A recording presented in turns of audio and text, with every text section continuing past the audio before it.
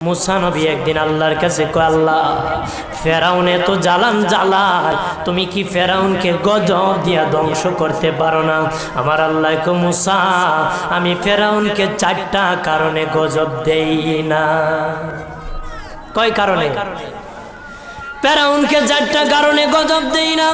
1 নম্বর কারণ হলো, রে মুসা, সারাদিন ফেরাউন বলে আমি খোদা, আর রাত যখন হয়ে যায় জঙ্গলে যায় করলাম আমি জানি তুমি খোদা, আমি খোদা না, কিন্তু আমারে মানুষ খোদা কইলে ভালো লাগে, খোদা কইলে ভালো লাগে। প্রভু, তাই তুমি বিরক্ত হইয়া আমার উপর গজব দিও না। আল্লাহ বলে, মুসা রে, ওই ফেরাউনের রাত্রির দুয়ার কারণে আমি আল্লাহ তার উপর গজব দেই না। 2 নম্বর কারণ হলো, আরে মুসা তোমার মুখে দাড়ি, ফেরাউনের মুখে দাড়ি, তোমার বরণের জুব্বা, ফেরাউনের বরণের জুব্বা, তোমার মাথায় পাগড়ি, ফেরাউনের মাথায় পাগড়ি। আমি যদি গজব দিই, জুব্বার বেজ্জতি হবে, পাগড়ির বেজ্জতি হবে, দাড়ির বেজ্জতি হবে। মুসা রে, ওই জুব্বার পাগড়ির ইজ্জত রক্ষার কারণে আমি আল্লাহ ফেরাউনকে গজব দেই না।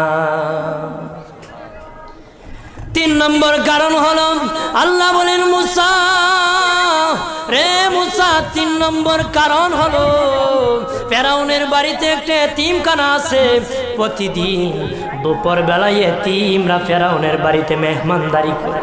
তারা খাওয়ার পরে আমি আল্লাহর কাছে দোয়া করে, আল্লাহ তুমি যদি গুসা হয়ে ফেরাউনকে গজব দিয়ে ধ্বংস করে দাও, আমরা এতিমকে কে খাওয়াইবে রে আল্লাহ, আমাদের দোয়ার বরকতে ফেরাউনকে গজব দিও না।